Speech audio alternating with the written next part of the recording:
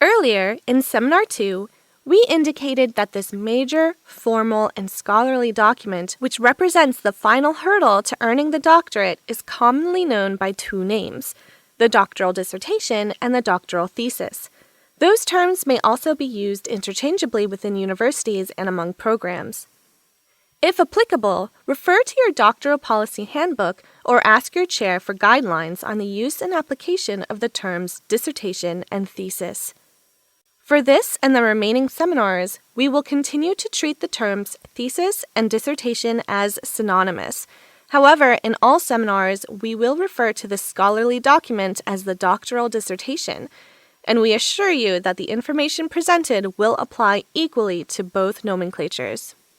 Now that we have clarified the naming issues related to the dissertation and thesis, it's time to turn to Seminar 3, which will focus exclusively on selecting a topic and writing a concept paper. Like most major research projects, your dissertation will require both. However, since the concept paper initiates the dissertation phase of a doctoral degree, we will examine it first. Very broadly defined, a concept paper is an excerpt of your research paper designed only to provide a clear description of the research project you plan to undertake. It tells your reader what the research project is about, what you are investigating, why it is important, and how the investigation will be conducted. The concept paper also outlines the key features, goals, and scope of the research project. Its primary function is to convince your dissertation or thesis chair that your proposed research project is worth doing. When it relates to a doctoral dissertation, this concept paper is known by different names depending on institutions and programs. However, in these dissertation writing seminars, we will refer to this paper by its generic name only, and we will call it the concept paper. Module 1 describes the learning outcomes for Seminar 3 and introduces you to the important steps, strategies, and tools for creating this concept paper. Yes, you are about to overcome one of the biggest challenges to finishing the doctorate, that is, writing the doctoral dissertation, and Seminar 3 will assist you in this goal. Whatever your academic discipline, writing a doctoral dissertation begins with creating a plan and ends with defending the dissertation. Seminar 3 teaches you how to create that plan for your dissertation, the first part of this exciting journey. This plan involves selecting a topic and creating a document describing what you are researching, why the research is important, and how it will be carried out. This planning document is the concept paper. Once approved by your dissertation chair, this concept paper will serve as a cornerstone for your dissertation, usually outlining the main components of the first 3 chapters of the dissertation. This document will also provide the background and context for chapters 4 and 5. As a planning document, your concept paper is also written in the future tense. As mentioned earlier, the name of this planning document varies tremendously depending on your department and field of study. The most common names are thesis plan, thesis proposal, dissertation plan, dissertation proposal, qualifying paper, dissertation prospectus, and the concept paper. Regardless of the names or departments of origin, this document explains what you plan to research, why you should spend time researching it, and how you plan to research it. Furthermore, these names share 3 things in common: their components, purpose, and characteristics. Your planning document is very likely not called a concept paper. If by chance it is also called by that name, kudos! However, in this and the remaining seminars, we will refer to this planning document by its generic name, the concept paper. Seminar 3 covers all the sections generally included in this concept paper. A department may include some or all of those sections. Therefore, check with your chair or department about the specific sections required and the official title of this planning document. As you have already realized, writing a doctoral dissertation is complicated, time-consuming, and frustrating at times, with many hurdles in your path. Regardless of the obstacles, our dissertation writing seminars will help you navigate this entire journey to the dissertation defense with confidence. This seminar maps a specific research strategy that you will follow throughout the initial dissertation writing process. It starts with how to select a topic and concludes with writing a concept paper for your dissertation. First, let's review the learning outcomes for Seminar 3, in which you will 1. Review the preliminary steps involved in writing a doctoral dissertation. 2. Select and define a research topic for your dissertation. 3. Develop and support a statement of the problem. 4. Develop your research questions and hypotheses. 5. Explain and justify why your study should be conducted. 6. Develop an annotated bibliography to be used throughout the dissertation writing process. And finally, 7. You will write a concept paper that will describe the path to completing the dissertation.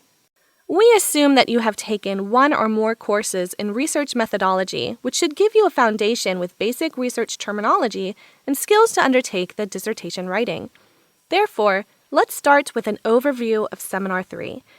This seminar is designed only to prepare you for developing a complete planning document, which will give you the blueprint to write each chapter of the dissertation. Here we will introduce many important concepts and specific steps you should take to conduct your dissertation research and write the concept paper. And throughout this seminar, your seminar leaders will provide guidance and feedback on your writing. In Seminar 3, you will also select a topic, research it, describe and assess it, and ultimately use it to write your doctoral dissertation. Like most major scholarly papers, a doctoral dissertation is a document that is comprised of many pieces of writings, some short and others lengthy. Regardless, they all relate to each other through the dissertation topic and the research problem.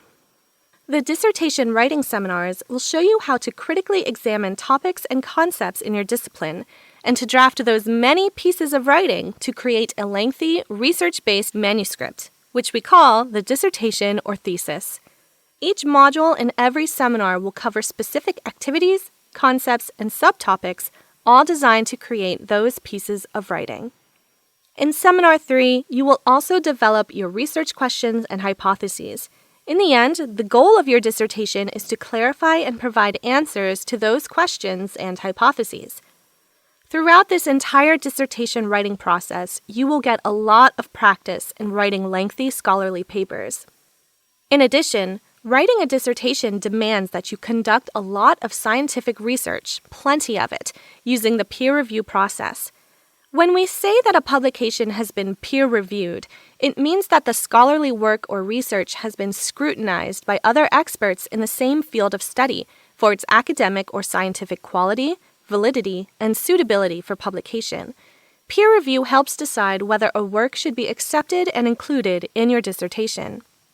Since, ultimately, the dissertation must be based on peer-reviewed research, you must use research databases, which we will discuss here. On this important topic of research databases, let me take the opportunity to remind you that Google and Google Scholar are not databases or academic sources and should not be cited as sources in your dissertation except in rare circumstances. Consult with your dissertation chair on this matter if in doubt. Google is a search engine designed to help you find materials that are freely available on the internet. Likewise, Google Scholar is an academic search engine that collects research papers, including academic sources, which may or may not be peer-reviewed.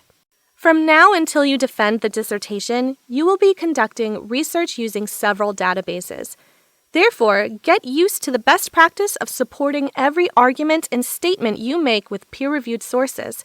For this purpose, you will access and use those databases routinely because everything that you will write must be substantiated with research-based and peer-reviewed evidence.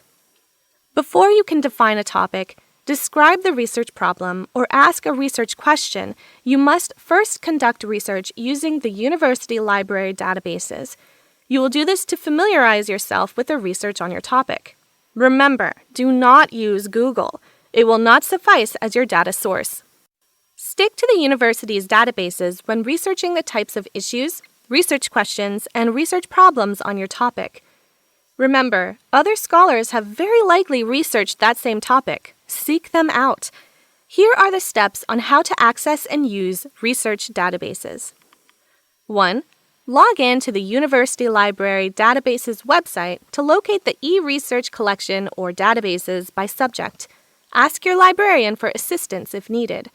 2. Select a database based on your academic field. 3. limit your search to full-text, peer-reviewed materials or original source documents, laws, court opinions, and official government reports published within the last 10 years. 5 years is usually required. 4. Choose recent documents. Although you most certainly can refer to older sources, limit their use. They may be acceptable mainly to establish a historical or developmental framework. 5. Be sure that you include the Digital Object Identifier, or DOI, or the accession number in citation information in your reference list. A Digital Object Identifier is a unique and persistent string of alphanumeric characters used to identify a journal article, website, or other items of intellectual property, typically one in digital form. An accession number, in library science, is the unique number given to each new acquisition as it is entered in the catalog of a library or museum. But, number 6, do not use op-ed pieces, news articles, blogs, encyclopedias, and political websites. Those are usually not acceptable sources for use in most dissertations. Again, consult with your dissertation chair if in doubt. Please note that there are numerous databases. Many are subject-specific. Ask your librarian for help in accessing and using the relevant databases. Here's a sample of selected databases: ERIC, Academic Search Premier, ABI Inform, Biological Abstracts, Applied Science Full Text, Humanities International Complete, CHOW, or Columbia International Affairs Online, Congressional Digest, JSTOR, or Journal Storage, LexisNexis Academic, and ProQuest Central. These are just a few examples of databases that are available. Your e-library has many, many more of these types of databases. Use the databases to develop your dissertation topic and to see what other researchers say about it. Finally, use the databases to help you develop and write your dissertation. This ends Module 1. In Module 2, we will discuss how to choose a dissertation topic.